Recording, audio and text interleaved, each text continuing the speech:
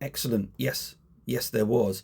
In fact, there were a surfeit of creepy guys in ancient Rome. Hope you get the reference there. One of them was Marcus Licinius Crassus.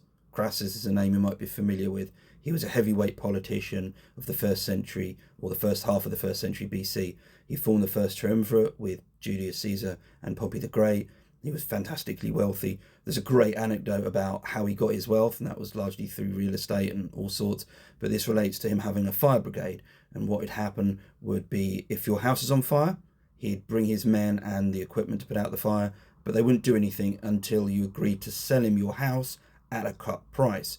If you didn't, he'd just let the house burn down and then presumably make you a very low offer afterwards. It gives you an idea of what he was like. But there's an anecdote about him that this, I think, relates to, that comes from Aelian. Aelian was writing at the end of the 2nd century AD, beginning of the 3rd century AD. And his anecdote involves an eel and it being finely dressed. So I'll read it out for you because I think it's just a really good anecdote.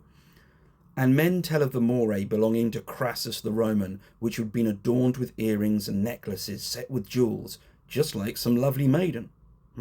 And when Crassus would call it, it would recognise his voice and come swimming up.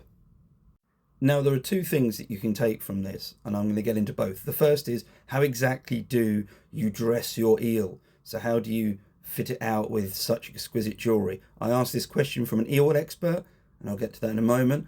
But I want to get into the whole status marker first, because eels were considered a real marker of status, both to eat and to have, because it cost a lot to keep them.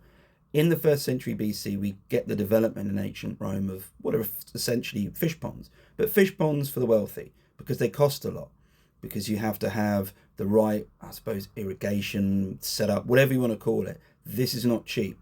In fact, Varro, who's writing in the 1st century BC, refers to an individual called Hyrus, and he says that he's taking in 12,000 sesterces and from the buildings around his fish ponds, but that just pays for the food. So you can imagine how well these fish were eating, and they kept all sorts of fish, but it was ultimately a status marker. So it would be one of those things that perhaps if you're a very wealthy Roman, you might accidentally show people.